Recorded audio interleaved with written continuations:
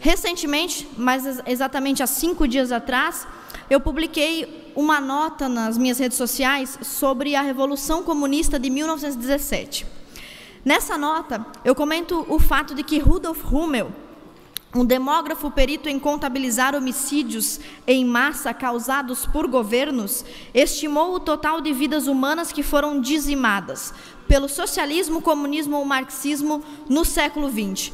Só no século XX, 61 milhões de pessoas foram assassinadas na União Soviética, na Rússia, por regimes socialistas. 78 milhões de pessoas foram assassinadas na China. Se nós formos avaliar o que aconteceu em todo o mundo, cerca de 200 milhões de pessoas assassinadas por regimes socialistas e comunistas. Só para você ter uma ideia, apenas na União Soviética, 10 vezes a população de Santa Catarina, o número de mortos vítimas do comunismo. Existem também muitos documentos públicos, de consulta pública, de fácil acesso, e eu vou citar apenas um, para chegar nessa questão da soltura de segunda instância, etc. Esse documento que eu vou ler agora está no livro História Secreta do Ocidente, e diz o seguinte: segundo a comissão de inquérito de Denikin, 1.700.000 pessoas foram assassinadas apenas nos anos 1918 e 1919, e mais de 1,5 milhão de pessoas assassinadas no inverno de 1920. Uma lista de mortos publicada em 1923 inclui mais de 500 mil membros de profissões liberais e intelectuais assassinados por regimes comunistas. Durante essas execuções, quando a munição ficava escassa, quando acabava a munição, os prisioneiros eram levados em fila para os ancoradouros da Crimeia, amarrados em pedaços de ferro e afogados no mar, porque acabava a munição necessária para os comunistas dizimar pessoas. Em 1929, Nikolai Bukharin, companheiro de Trotsky, revolucionário comunista, em Nova York, escreveu em uma carta: não há na Rússia inteira uma única casa em que nós, comunistas, não tenhamos matado alguém. Isso é um pequeno depoimento público do que foi a chacina promovida por movimentos comunistas. Ainda no mesmo documento, os condenados foram soltos para praticar o assassinato de povoados inteiros. Eu vou repetir. Uma das estratégias dos comunistas em regimes totalitários. Os condenados foram soltos para praticar o assassinato de povoados inteiros, não sem que antes os homens tivessem que testemunhar suas mulheres sendo estupradas. Fecha aspas. Esses 3 parágrafos são documentos oficiais do comportamento de regimes socialistas e comunistas. Por qual motivo eu cito tudo isso? Porque no dia 7 de novembro, simbolicamente no mesmo dia da sangrenta Revolução, os togados do STF retribuíram um favor àqueles que os nomearam e derrubaram a prisão em segunda instância no nosso país. O Lula foi apenas um dos criminosos, bandidos, salafrários, corruptos, tudo que vocês possam imaginar, que foi solto. Mesmo que nós tenhamos 3.000 evidências dos crimes do Lula, 3.000 evidências dos crimes dele, 13 casos, 13 processos, 80 milhões de reais de propina, de você que está nos assistindo, os deputados que estão aqui também pagam imposto, então nosso dinheiro. Apesar de tudo isso, Lula foi solto e junto com ele outros também foram soltos. Eu vou ler uma pequena citação do Flávio Morgenstern, um influenciador brasileiro. Ele disse o seguinte: o cara que estuprou uma menina bêbada numa festa de faculdade foi solto junto com o Lula. Um marido ciumento que quebrou o braço da ex-consorte foi solto com o Lula. Um pedófilo que filmou jatos de esperma no rosto de uma criança de 4 anos, solto com o Lula. Neonazista que espancou até a morte um negro gay na Praça da República, solto com o Lula. E o Flávio Morgenstern diz ainda mais: todas essas coisas que estão acontecendo, que envolvem também a soltura do Lula, já estavam premeditadas e profetizadas pelos pesquisadores, pelos teóricos de esquerda. Por exemplo, quem já falou sobre isso? Foucault, Gramsci, os pesquisadores teóricos da Escola de Frankfurt, Leonel Brizola, Mike Davis, Sakamoto, Juarez Cirino dos Santos, Laclau, o filósofo Zizek ou até mesmo o Fernando Haddad. Pessoas de todo mundo têm falado sobre esse fenômeno. O que é este fenômeno? É utilizar a criminalidade no Brasil ou em qualquer outro país, mas especificamente no Brasil, como um fio condutor. A criminalidade é o fio... Eu já falei sobre isso aqui na tribuna, antes mesmo desse caso, que é exemplar.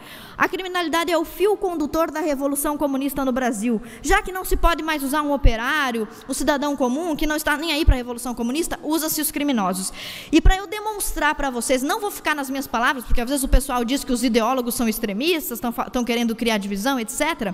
Eu vou colocar um vídeo onde quem falam são os próprios esquerdistas, para vocês entenderem do que se trata essa criminalidade, por favor. Companheiro da direção do Fórum de São Paulo, debitar parte da chegada da esquerda ao poder na América Latina pela existência dessa cosita chamada Fórum de São Paulo. Todos de esquerda na América do Sul. Você podia prever que isso ia acontecer? Prever não, mas nós já lutávamos por isso e já trabalhávamos por isso, inclusive porque nós criamos o Fórum de São Paulo, que lutava para isso. Vários companheiros meus, várias pessoas que eu respeito, praticaram uma série de atividades, incluindo atividades armadas. Eu, especificamente, tive uma participação armada. El éxito de un país como Brasil es éxito también para América Latina, que pienso que estamos llamados a integrar. Un día defendemos la idea de la integración, esperamos que un día sea realidad. Entre otras cosas, cuando tenemos otra alternativa histórica y cuando hablamos de una América Latina unida y integrada, pensamos en Brasil.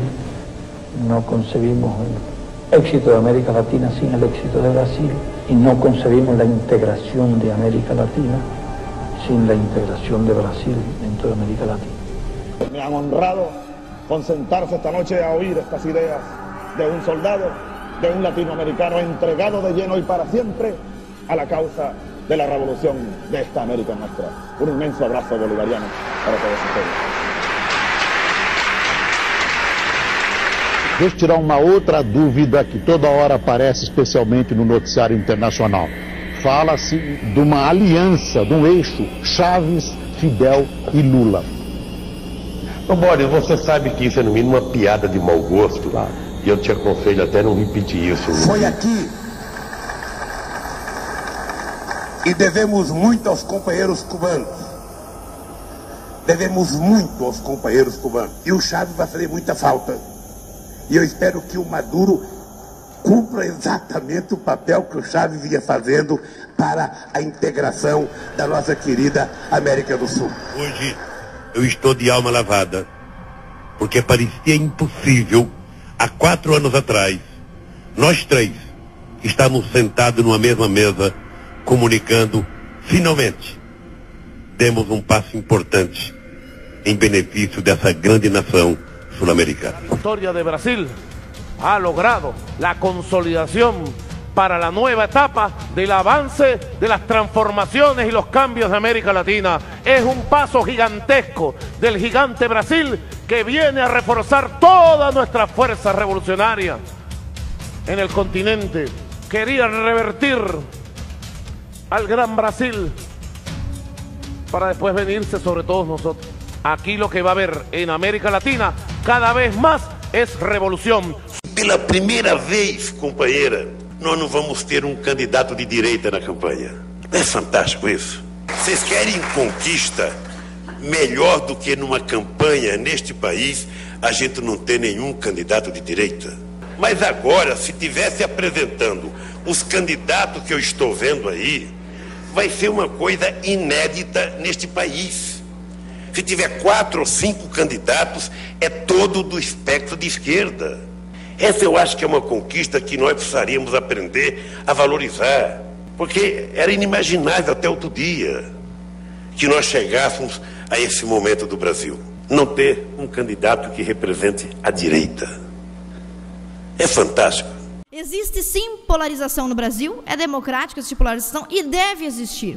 E as pessoas precisam se posicionar, porque não se posicionar é deixar o Foro de São Paulo atuar livremente.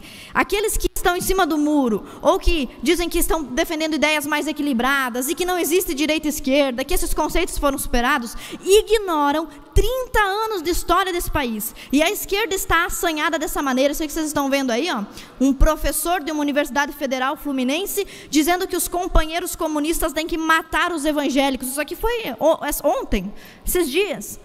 E nós temos um outro exemplo, pode colocar, uma professora de universidade ameaçando os alunos, dizendo que quer quebrar fascista a pau. Existe uma polarização e é dever de todo brasileiro se posicionar, à esquerda ou à direita. E não fazer isso é colaborar com o Foro de São Paulo. Sargento Lima. Deputada Ana, meu falecido pai, um croata que veio fugido da Iugoslávia, fugindo do comunismo, e ele me ensinou uma coisa dentro de casa e foi o seguinte: ninguém conhece o terror se ele não conhece o comunismo, ninguém conhece a miséria se ele não conhece o comunismo. Ele foi um homem muito grato ao Brasil, justamente por encontrar aqui a liberdade que ele não encontrava no país dele. Parabéns, é justamente isso: terror, miséria e destruição. Obrigada, Sargento Lima, obrigada pelo seu apoio de sempre. Então, deixo um convite aos catarinenses, os que votaram em mim, os que não votaram, os que estavam em dúvida, que se posicionem a partir de agora, visitem as atas do Foro de São Paulo para compreender de que forma a soltura do presidente Lula e de outros milhares de criminosos tem a ver com esse projeto para o Brasil todo.